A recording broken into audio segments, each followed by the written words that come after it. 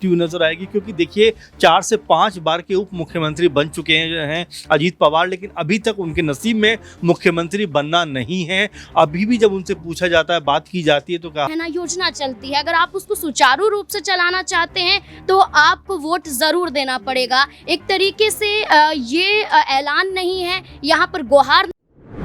चुनावी माहौल गर्म होते ही राजनेताओं के बयान पलटने लगते हैं।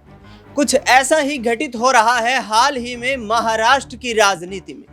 महाराष्ट्र में 1 जुलाई 2023 को शरद पवार की पार्टी, जो कि विपक्षी एक मजबूत दल था, उस दल के 2 टुकड़े करते हुए शरद पवार के भतीजे अजीत पवार ने 10 विधायकों को साथ लेकर एकनाथ शिंदे के साथ सरकार में शामिल होने का फैसला कर लिया।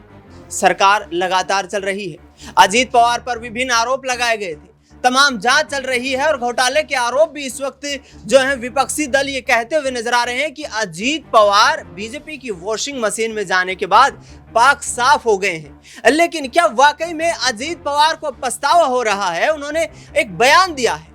अजीत पवार ने कहा है कि पत्नी सुनेत्रा पवार को यहां पर बारामती सीट से सुप्रिया सुले, जो कि अजीत पवार की बहन है, उनके खिलाफ चुनावी मैदान में उतारना उनके लिए एक बड़ी भूल थी।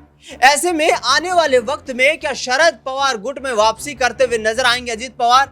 आपको बता दें कि एनसीपी का नाम और निशान निर्वाचन आयोग में दावा करके अजीत पवार ने अपने कब्जे में कर लिया था। लिहाजा लोकसभा चुनाव के दौरान शरद पवार गुट को नया नाम और नया निशान अलॉट किया गया और उसके आधार पर उन्होंने 7 सीटों पर लोकसभा चुनाव में जीत दर्ज की। लेकिन अजीत पवार गुट लड़खड़ाता हुआ महाराष्ट्र में नजर आ रहा है। महज एक लोकसभा की सीट है और ऐसे में 80 विधानसभा की सीटों की मांग की जा रही है। तो क्या अजीत पवार भारतीय जनता पार्टी से किसी तरीके की यहाँ पर जो राजनीतिक द्वेष बनाकर फिर से दूर हटना चाहते हैं? क्या महाराष्ट्र की राजनीति में बड़ा परिवर्तन करना चाहते हैं? क्या एक बार फिर से यहाँ पर एकनाथ शिंदे और अजीत पवार गुट जिस तरीके से लगातार ये कह रहे हैं कि जहाँ उत्तर प्रदेश के सियासी दल है, जिनमें अनुप्रिया पटेल है या फिर जयंत चौधरी हैं, तमाम ये नेता हैं जो बिहार की राजनीति में जीतन राम मांझी हैं, उनको कैबिनेट मंत्री बना दिया जाता है, तो फिर महाराष्ट्र के साथ ये सौतेला व्यवहार क्यों किया जा रहा है? इन तमाम सवालों के जवाब खंगालने की कोशिश करेंगे। न्यूज रूम में इस वक्त मेरी मौजूदगी है, मेरे वरिष्ठ सहयोगी अमन जी मेरे साथ मौजूद हैं। सर, कैसे देखते हैं अजीत पवार का ये बयान कि उनकी पत्नी ने जो चुनाव लड़ा वो उनका एक गलत फैसला था, और दूसरी तरफ कैबिनेट मंत्रालय की मांग करना कहां तक विधानसभा चुनाव से पहले उचित लगता है? देखिए, जाहिर बात है दिनेश जी, अगर हम महाराष्ट्र की राजनीति की बात करते हैं और यहाँ पर अजीत पवार को हम उनके बारे में डिस्कस करते हैं, जाहिर बात है कि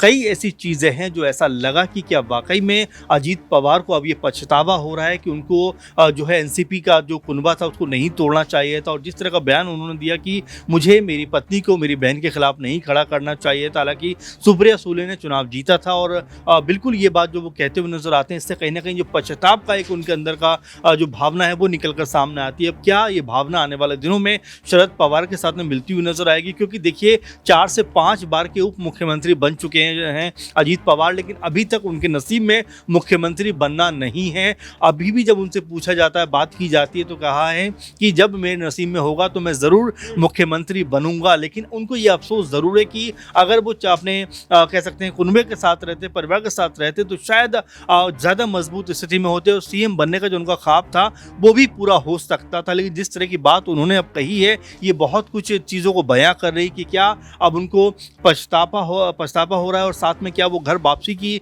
जो एक उम्मीद है क्या वो बनाते हुए नजर आते हैं। और ऐसा कहा भी जाता है कि अगर सुबह का भूला शाम को लौटा है तो उसको भूला नहीं कहते। तो क्या शरद पवार भी उनको गले लगाने को तैयार हैं, और क्या एक बार फिर महाराष्ट्र की राजनीति में कुछ बड़ा धमाका होने को तैयार है? और साथ में जो सरकार है उसके ऊपर एक बार फिर सवाल खड़े होते हुए नजर आएंगे कि क्या वाकई में शिंदे के नाम पर ही चुनाव लड़ा जाएगा, या सीएम पद को लेकर भी अब एनडीए कुनबे के अंदर जो है सिर फुटेबल वाली जो स्थिति है वो बनती हुई नजर आएगी। महाराष्ट्र में विधानसभा के चुनाव में महज 90 दिन का वक्त बाकी है और ऐसे में बराबर की हिस्सेदारी सीट शेयरिंग में मांगते हुए सहयोगी दल नजर आ रहे हैं। नाजमीन मेरे साथ मौजूद है। नाजमीन, किस तरीके से देखते हैं उद्धव ठाकरे और शरद पवार एक साथ प्रेस कॉन्फ्रेंस करते हैं, बैठक करते हैं, गृह मंत्री पर अहमद शाह का वंशज होने का यहाँ पर दावा भी उद्धव ठाकरे करते हुए नजर आते हैं अमित शाह को लेकर के।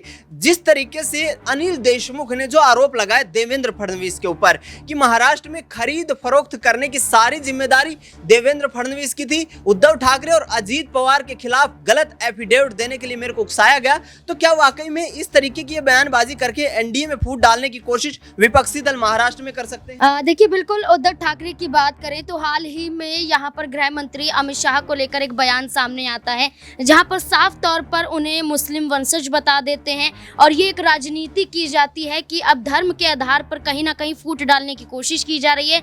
जहाँ भारतीय जनता पार्टी पर हमेशा से लगाया जाता है आरोप कि वो धर्म की राजनीति करते हैं, वहीं अब उद्धव ठाकरे भी उसी राह पर नजर आए। लेकिन महाराष्ट्र में क्या स्थिति चल रही है और महाराष्ट्र में विधानसभा का चुनाव होना है और उससे पहले जिस तरीके के आरोप लगाए जा रहे हैं, इन आरोपों के बीच में आप ये देखिए कि अजीत पवार जब शरद पवार से अलग होते हैं तो एक बड़ा आरोप उन पर भी लगाया जाता है। लेकिन आज का समय है कि अजीत पवार उन्हीं तमाम आरोपों को लेकर अब कहीं ना कहीं अफसोस जताते हुए भी नजर आते हैं। एकनाथ शिंदे की बात करें, आज भी उनके विधायक, यहाँ तक कि उनके बेटे भी ये कहते हैं कि भारतीय जनता पार्टी के साथ जुड़कर बहुत बड़ी गलती कर दी, आज उनके साथ अपमान हो रहा है। वहीं देखने को ये मिलता है कि जब महाराष्ट्र में कैबिनेट का विस्तार होता है तो अजीत पवार के गुट के विधायकों को ज़्यादा तवज्जो दी जाती है, लेकिन एकनाथ शिंदे के विधायकों को वो तवज्जो नहीं दी जाती है। वहीं देवेंद्र फडणवीस की बात करें तो जिस तरीके से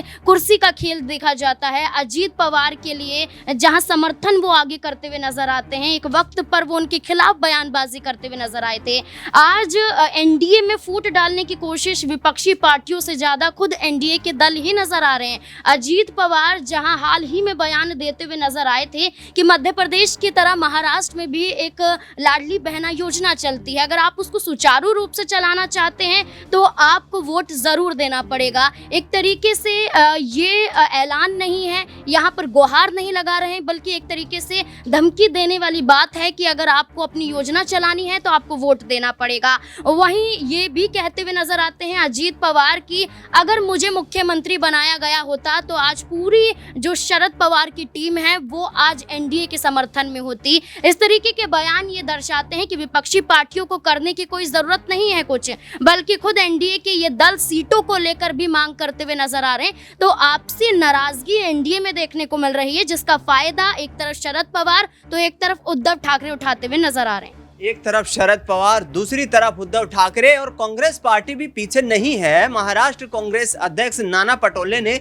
13 लोकसभा की सीटें जीतने के बाद ये दावा कर दिया है कि कांग्रेस पार्टी इंडिया अलायंस की महाराष्ट्र में अगुवाई करती हुई नजर आएगी।